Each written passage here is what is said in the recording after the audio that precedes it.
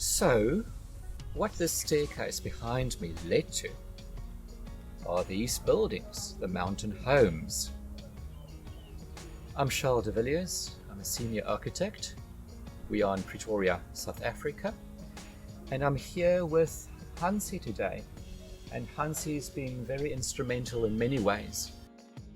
The staircase remained, and it turned out to be a lifesaver. This is a mountain. It is 45 degrees steep. The only way to bring materials onto this building site was using that staircase. And in that sense, the staircase is a spine. It is the spine of this project. And the buildings which we subsequently added, that is fleshing out the spine. That's a fascinating story. Yeah, it's a story also of some 17 years.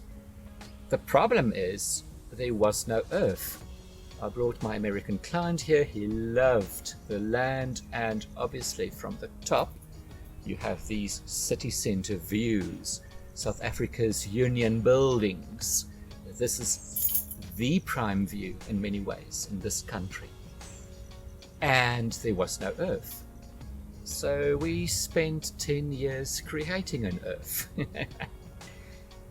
And with that in place, we spent a little bit more than 3 years developing a design, having plans approved, and then we spent maybe another 3 years building. So this has been a process of some 17 years, all in all. Quite a journey, I would say. It's been a journey of note.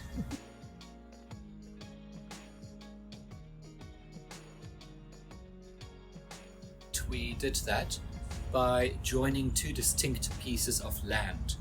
Now right here where I'm standing on this balcony of the main house, there's an invisible line running ahead of me up to the sidewalk. This line, to the one side, this was private land, a piece of garden, and that we bought from a neighbor. To the other side, this was legally council's street, which we bought from council. But clearly, being a mountain, it was too steep to actually build a road.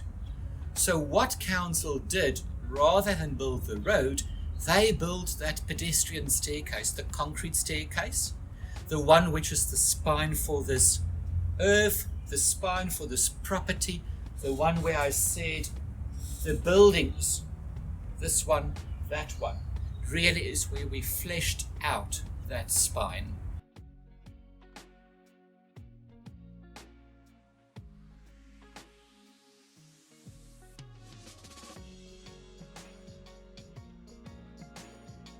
So, and it took 10 years to put the stand to the earth together. What happened then? Well, what happened after the 10 years when we finally had a legal earth was I had forgotten about the project, in all honesty. And at that point my client was in the USA. He gave me a phone call and he said, "Can you please come over? I would like to introduce you to my new wife." So I duly went over. A wonderful woman that he married, but a formidable woman. And she certainly scrutinized me, asked probing questions, and subsequently she and he came over to South Africa once. He showed her the earth. They met my professional team. I showed them my suppliers. And at that point in time, she and he appointed me as the architect, the principal agent, which is one of the conditions in the building contract that I use.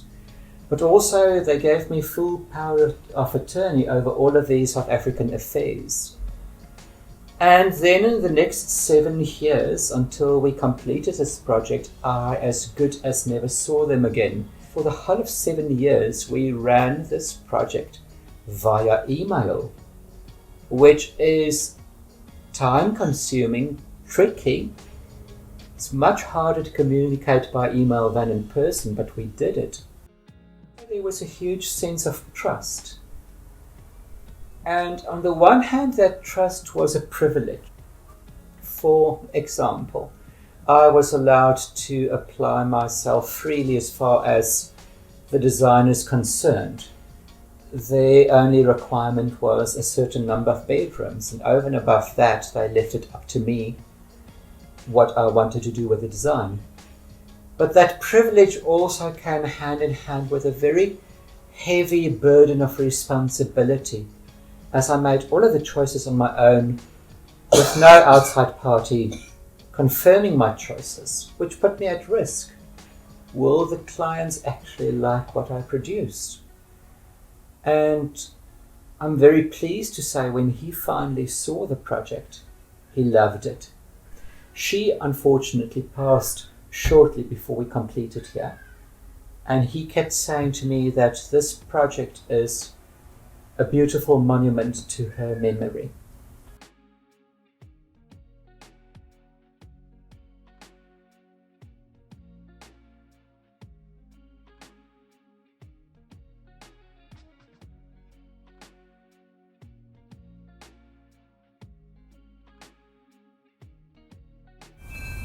So tell me, what did the Venice experience do for you? Venice was glamorous. I was so preoccupied making these buildings that Venice, in a sense, was not real. But then I flew to Germany, met up with friends, made our way to Italy, and we took a power speedboat up the Grand Canal to the Palazzo where my work was exhibited. And as I entered the Palazzo and I had a sip of champagne, I suddenly realized I'm really here. This is happening. This is the glamour. It was glamorous, but it's also acknowledgement of what we can achieve in this country. Absolutely. And that is of importance globally.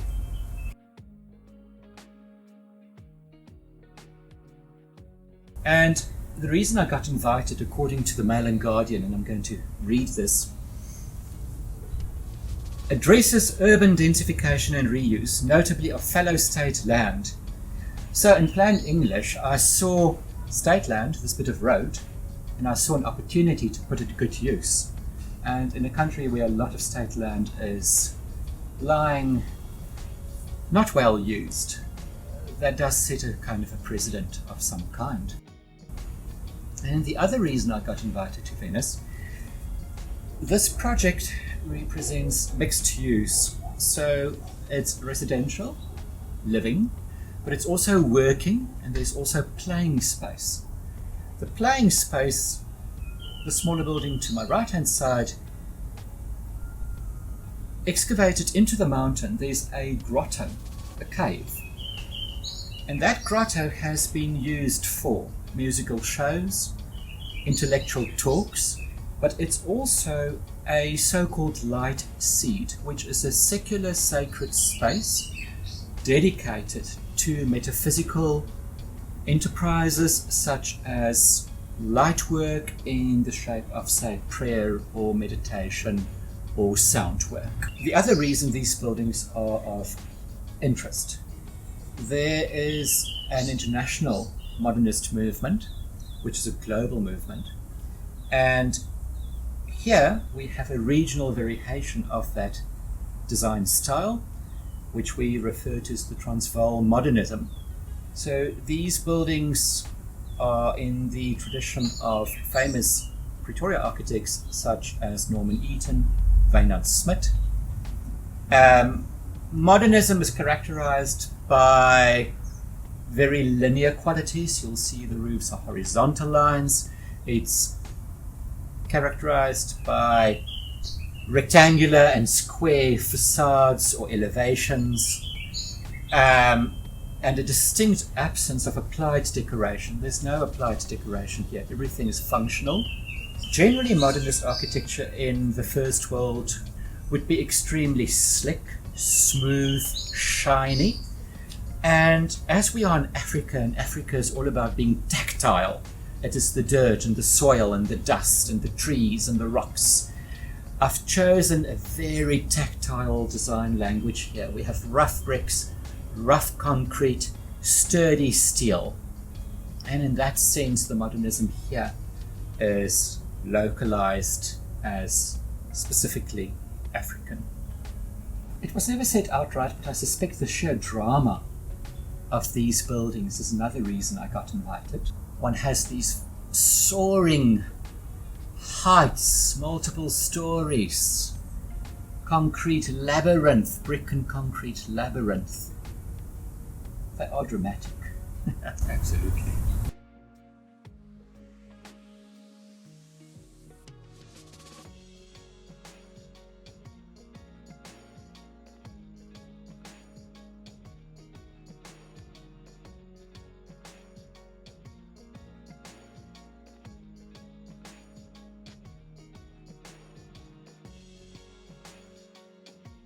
What made you persist over 17 years with this project?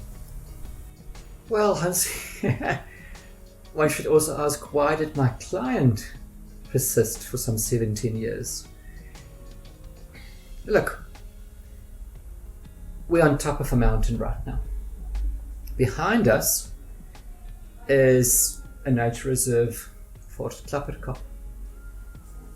To the left of us is a nature reserve in walking distance, Klein Park. But ultimately it is about what is in front of us. This project is about views. We have a straight direct view of the Union buildings, which is South Africa's primary governmental building. We see the whole of the city centre. It's 180-degree views. We start from the little town of Harties and we go all the way through to the little town of Cullinan. This project is about the views.